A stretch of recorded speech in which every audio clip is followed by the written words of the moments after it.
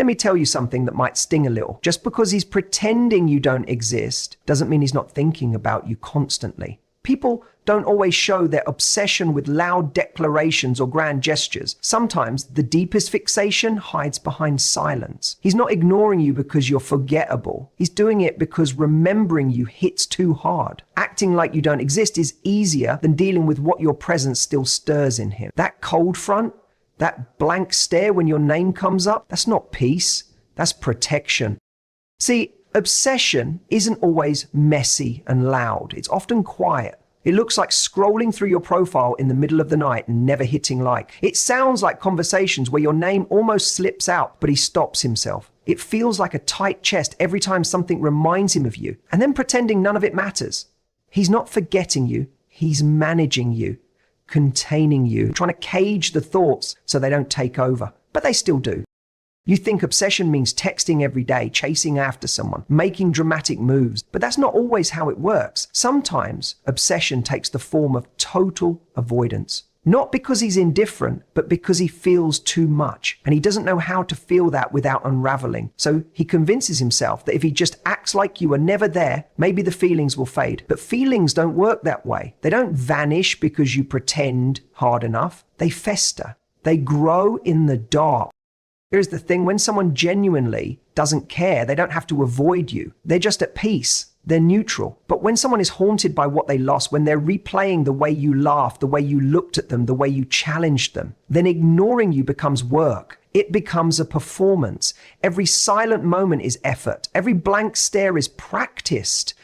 That's not disinterest. That's obsession disguised as detachment.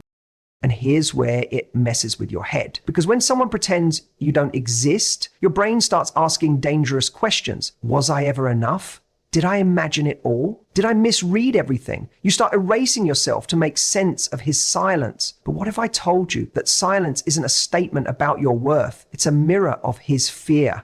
What if this whole act of pretending is really just his inability to face what he's still feeling? He's not free of you, he's flooded by you, and he's doing everything he can not to drown. If you don't understand what his silence really means, you risk internalizing it, and that's where the danger begins. Because when someone pretends you don't exist and you believe them, it doesn't just hurt, it rewires your sense of reality. You begin to rewrite history, you question your memories, you wonder if you were just a temporary distraction, a momentary interest. That kind of mental spiral isn't harmless. It's devastating because it doesn't just make you doubt him, it makes you doubt yourself.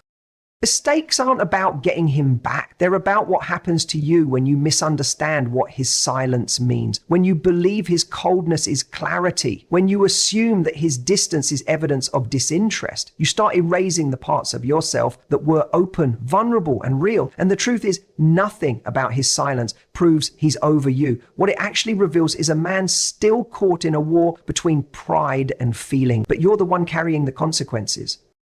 See, if you tell yourself the story that he never cared, that you were just a chapter he skipped through, then every tender moment, every laugh, every deep conversation gets reclassified as a mistake. And when that happens, you don't just lose the connection. You lose trust in your own intuition. You stop believing you can read people. You start wondering if your emotional compass is broken. That's the real cost of misreading emotional avoidance as truth. But here's what people don't tell you. Obsession doesn't end when someone leaves. It often begins there. Because as long as he was with you, as long as he had access to you, he could tell himself he was in control. But when he walked away, when he decided to pretend you didn't matter, that's when the emotional pressure began to build. Avoidance isn't resolution, it's deferral. And what we defer emotionally always returns. You silly louder. He may look fine, he may act like you never existed, but if you mattered, and you did, then you've left fingerprints all over his internal world. You don't erase real presence by pretending. You don't unfelt someone who saw you, challenged you, understood you, and he knows it. Somewhere deep beneath the performance is a man still trying to outrun the echo of your name in a quiet room. He's not forgetting, he's suppressing, and suppression has a shelf life.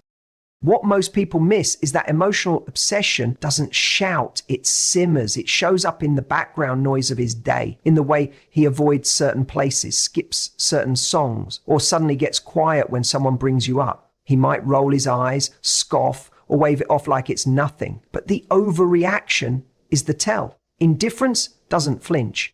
Indifference doesn't need to prove anything. But obsession needs control. And when he can't control how much you still occupy his thoughts, he tries to control the narrative. That's why he acts like you don't exist.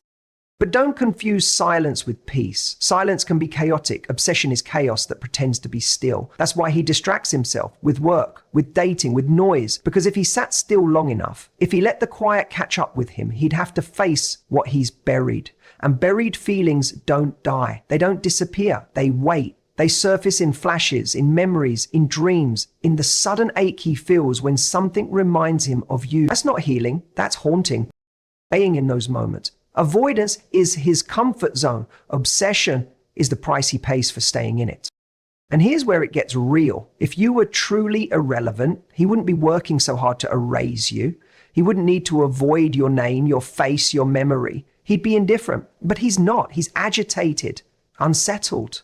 That cold shoulder isn't calm, it's tension. And tension always has a source. That source is you. Think about it. If he didn't care, he'd be fine seeing you happy. He'd be unbothered by your presence in mutual spaces. He wouldn't need to prove he's over you by performing it so loudly. The fact that he is performing it at all, that's the red flag. That's the evidence of obsession he doesn't want anyone to notice. He might date someone else to prove a point, not to you, but to himself. He might over-explain why he's so done, just to convince people around him. But the harder he tries to control the story, the more obvious it becomes that the story still affects him. People don't spend energy on things they're done with. They spend it on what still matters, even if they wish it didn't. And here's the twist most don't see. The obsession isn't always about you. It's about how he felt when he was with you. Maybe you made him feel seen. Maybe you pulled out a version of him he hadn't met before. One that felt exposed, vulnerable, open. That version scared him. Because for someone who's built walls their whole life, being seen can feel like danger. So now, he's not just avoiding you, he's avoiding himself. Let me know when you're ready for part 4. This is what he's really running from. Not just the memory of you, but the version of himself that showed up in your presence, the one that couldn't hide behind sarcasm or ego, the one that dropped the act, even for a moment, and let himself feel. That level of emotional exposure is terrifying for someone who's never learned how to hold it. Vulnerability isn't just uncomfortable to him, it's threatening. And instead of growing through it, he shut it down. That's why he backed away. Not because there was nothing there, but because there was too much. The deeper the connection, the more pressure he felt to face himself. And the truth, he wasn't ready. So now he wears this mask. Cold, composed, unaffected. But masks are fragile, and the more he avoids, the heavier it becomes. That's the cost of obsession denied. He carries it like a weight, but he refuses to call it what it is. People don't just forget real connection. They don't swipe it away like a bad memory. It stays, it lingers in the smallest moments. A scent, a phrase, a flash of laughter. That's the thing about emotional imprint. It doesn't ask permission. It doesn't need permission. It simply exists. So no matter how silent he is, no matter how much he acts like you're erased, you're still in there, in his thoughts, in his triggers, in the space he avoids when he sits alone too long.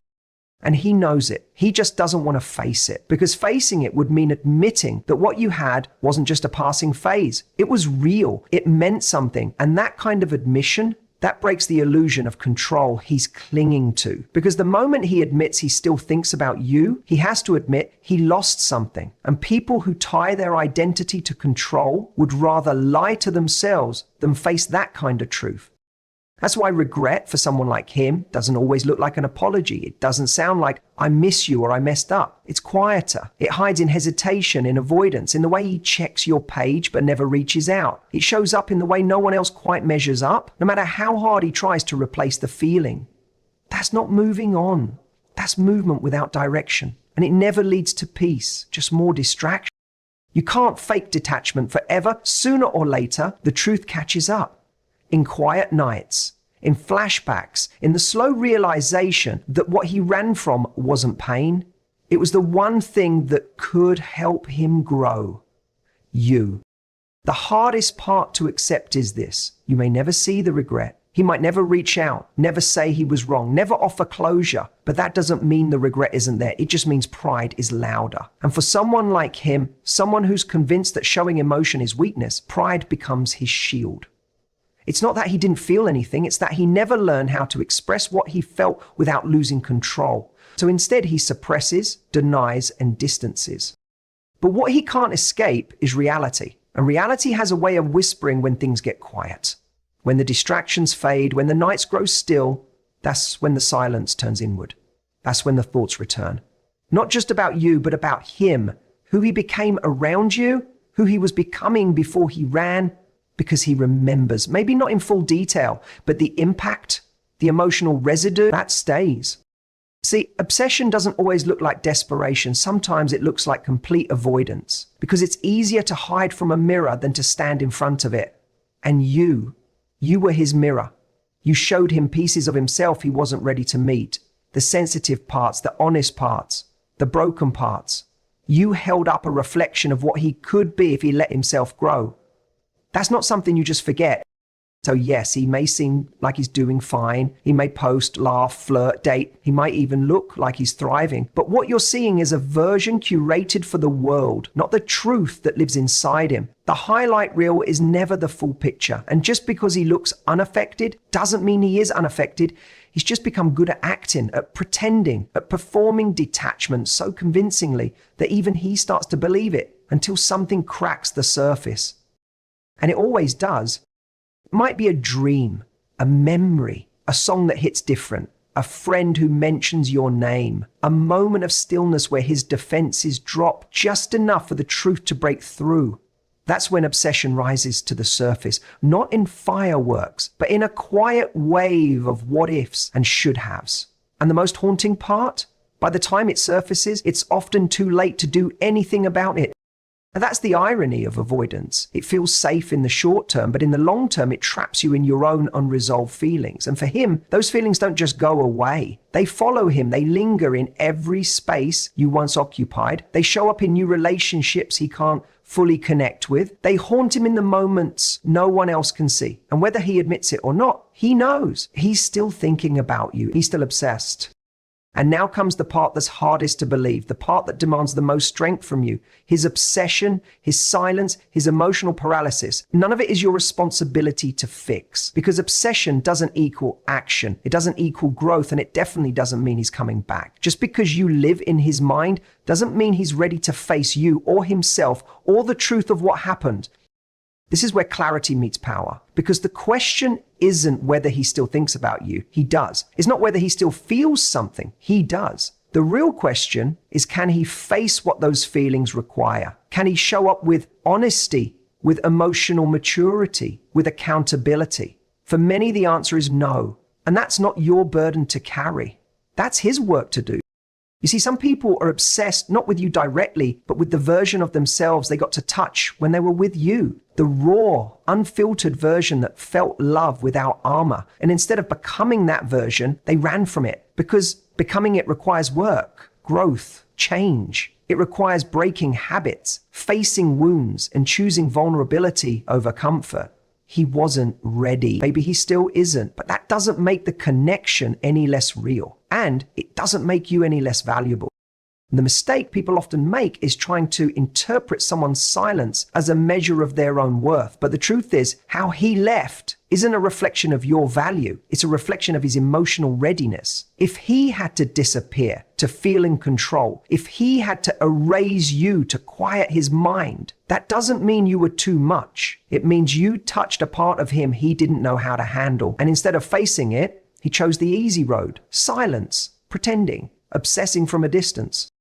But don't let his silence become your confusion. Don't let his fear become your self-doubt. Because while he's stuck in a loop of avoidance, you have the power to choose clarity. You have the power to stop assigning meaning to someone's inability to speak truth. You're not defined by who left or how they handled you. You're defined by how you choose to rise in the aftermath. So yes, he's pretending you don't exist, but behind that act, behind all the noise and the quiet, behind the pretending and the pride, he feels it. He remembers.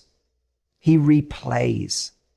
And in those quiet moments when no one's watching, when the world is still and the masks are down, he knows. He didn't walk away from nothing. He walked away from something real. And you don't need to wait for him to say it, because deep down, you already know. You are never forgettable. You are unforgettable. And he's still carrying that, whether he admits it or not.